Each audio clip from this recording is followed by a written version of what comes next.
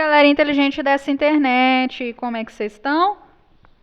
Gente, eu tô tão bem porque eu tô lendo o terceiro capítulo seguido de Brado Mudo pra vocês.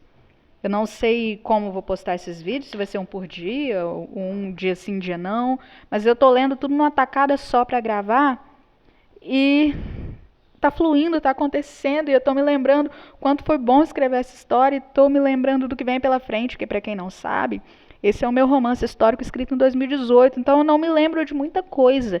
Vou sendo surpreendida à medida que vou lendo junto com vocês. Obrigado por acompanharem até aqui, obrigado Radassa, Silvana, Neide, Liana, obrigado ao amor da minha vida, a Kátia, eu sei que você ouve.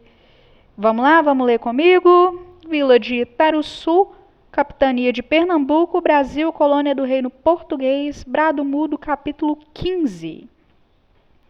Eu a visitava nas madrugadas, a arrancava de seus sonhos para que pudéssemos viver o meu.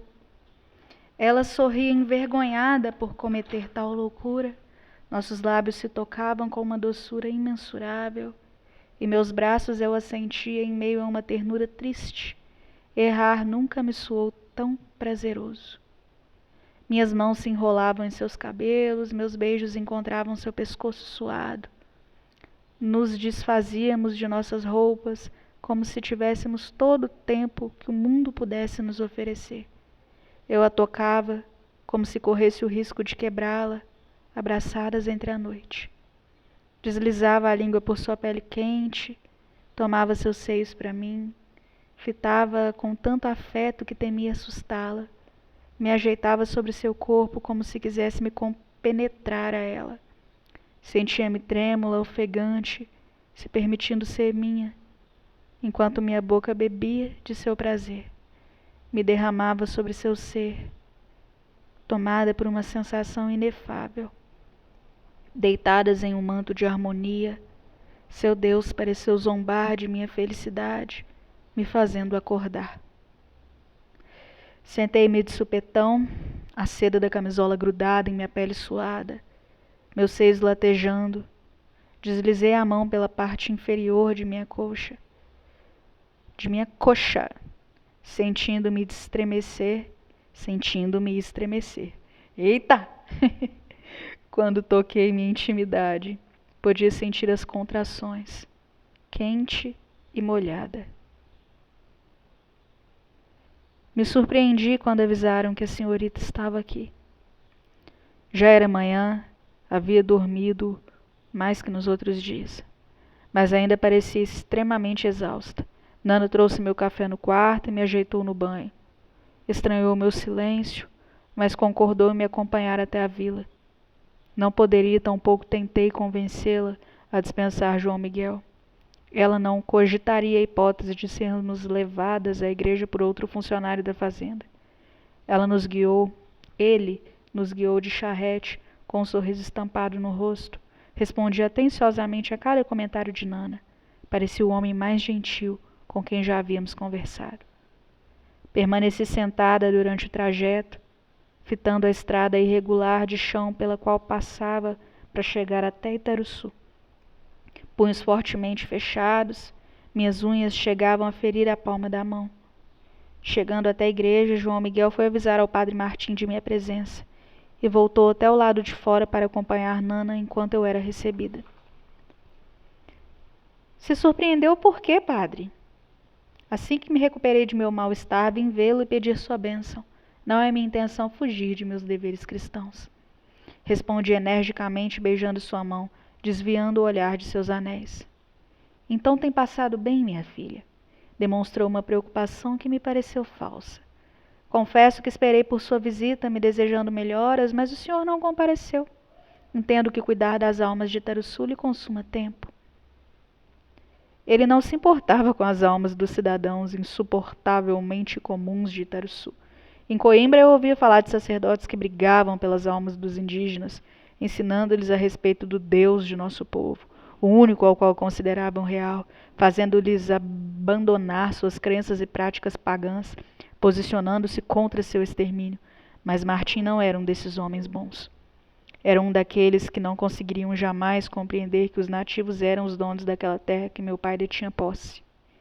ou ao menos parecia deter, pois a cada dia mais naquele lugar eu podia sentir que éramos nós, os pertencentes a ela. Eu estive na fazenda zelando por seu bem, mas seu pai chegou à conclusão que não deveríamos incomodá-la. Deus não me incomoda nunca, padre. Fitei-o nos olhos. Ele só incomoda aos pecadores. O temem, pois sabem de sua transgressão. Ele se referiu a mim, atrás de toda aquela sutileza ensaiada. Eu podia perceber. Eu estava esperando uma oportunidade para me confessar, padre, mas quando não há pecado a ser perdoado, o confessionário é indispensável. Não, ó. Escrevi errado, eu vou corrigindo à medida que leio, é que ela está dizendo. Quando não há pecado a ser perdoado, o confessionário é dispensável. Eu era ingênua a ponto de esperar convencê-lo. Não duvido que esteja incólume. O que não lhe falta são mãos firmes. Gente, o que está acontecendo com a minha leitura hoje? Não, o padre diz, eu não duvido que esteja incólume. Ou seja, ele está dizendo, eu acredito que esteja santa. Mas o que lhe falta são mãos firmes. Ele se referiu ao meu pai dessa vez. Fitei-o calada por alguns instantes e sorri, sentindo a face arder de ódio. Ele tem feito o melhor que pode, perdoe-o, padre. Lhe faltou uma mãe, menina, mas um marido lhe dará o juízo que não recebeu em sua criação. Conversarei com vosso pai a respeito de meu irmão Heitor. É o noivo que a senhorita precisa para preencher lacunas e consertar as falhas de vossa educação. Um peão que derrubariam facilmente para alcançar o rei, pensei observando-o falar. Porque é tão difícil escolher o que convém. Candelária me fez lembrar dos diálogos antigos. Conti meu desejo de montar. Tentarei me manter afastada das cavalgadas pela fazenda. Meus hábitos pueris incitaram o homem de Deus a me erguer mais colunas em seu templo de adoração, ao meu padecer. A noite sobrevinha pelo céu de Tarsu, minha tarde havia sido consumida por bordar toalhas na companhia de Nana, uma das atividades mais enfadonhas das quais uma moça pudesse desempenhar, sob o meu parecer, já que tanto ela quanto Mia pareciam gostar. Eram situações como essa que faziam-me levantar questionamentos internos. Por que eu não nascera como elas? Estava inquieta, acometida por tamanha angústia, que decidi por me deitar após o banho, apagando as velas, rezando para que os deuses me deixassem paz pelas horas seguintes, dado que eles sempre vinham sussurrar suas condenações em meus ouvidos. E por todas as últimas noites, sozinha naquele quarto, assim que eu fechava os olhos, a imagem de Candelária nua me vinha à cabeça. Ela não bateu a porta. Abriu-a silenciosamente, me assustando com sua indagação. Entendo bem sobre ceder a... Gente, vamos de novo. Entendo bem sobre ceder a conveniências. Me levantei indo em direção à mesa de madeira rápida, acendendo uma vela. Me recordo das confidências e lamentações a respeito. Ela me respondeu, enquanto eu podia perceber um discreto sorriso em seus lábios, ainda que mal alinhado, como quem tem à cabeça o surgir de um momento bom já vivido. Lembranças. Fechou a porta atrás de si, puxando uma cadeira e se sentando frente à minha cama, me fazendo olhar em direção à sua antiga, ou ao lugar aonde costumava ficar, considerando que eu tenha pedido a Nana para retirá-la de meu quarto. Não que eu houvesse perdido as esperanças de que Candelária retornasse, mas caso ela se compadecesse de mim diante da promessa de alforria, deveria crer que eu já tivesse dado por certo que ela estaria livre e não esperando-a em meu quarto. Ninguém sente o sabor da dor como quem come dela. Eu inferi, coberta por cólera, falando baixo com medo que nos escutassem.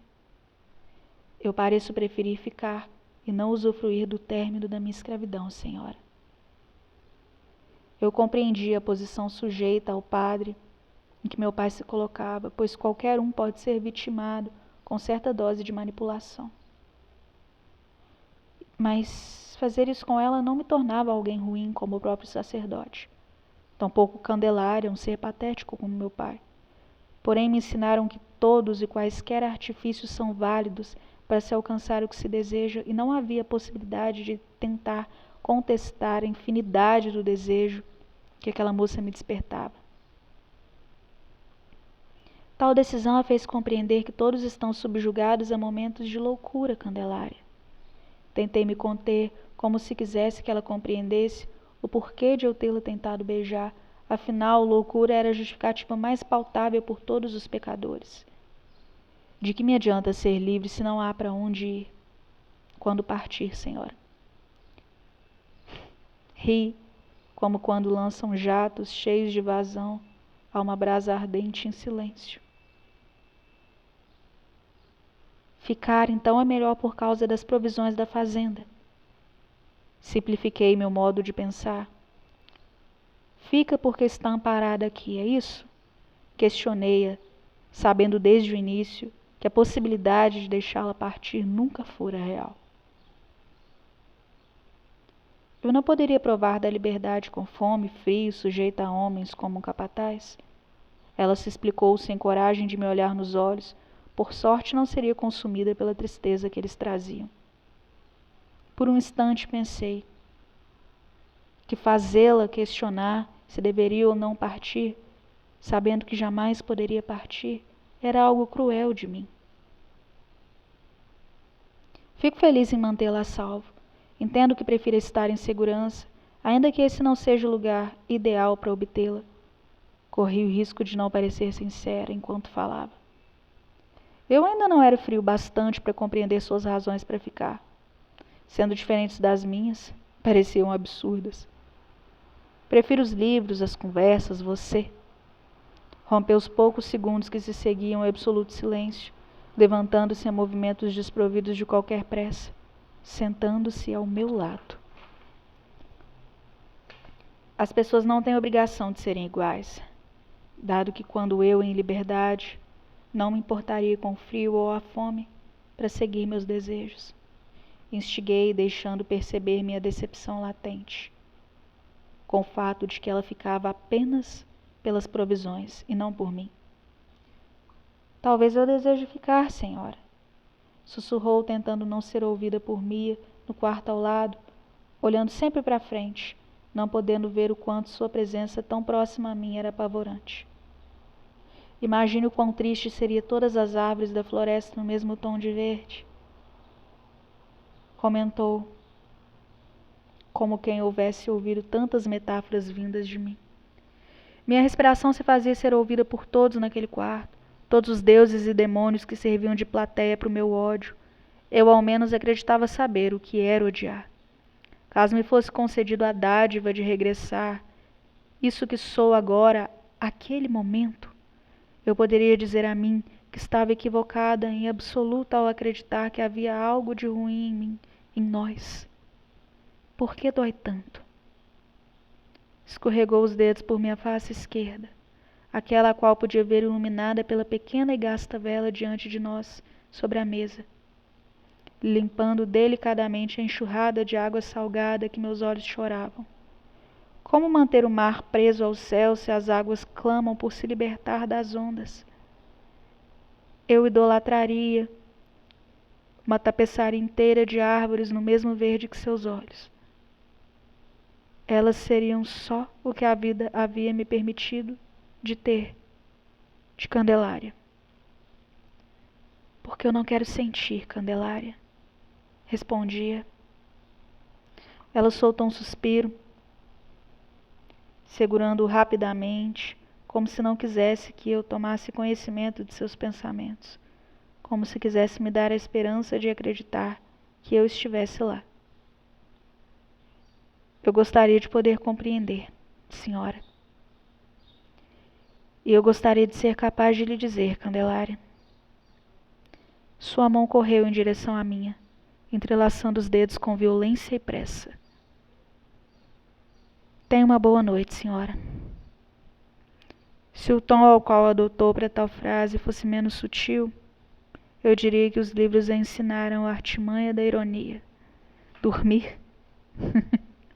Como eu poderia ter uma noite minimamente boa depois de ter estado em sua presença?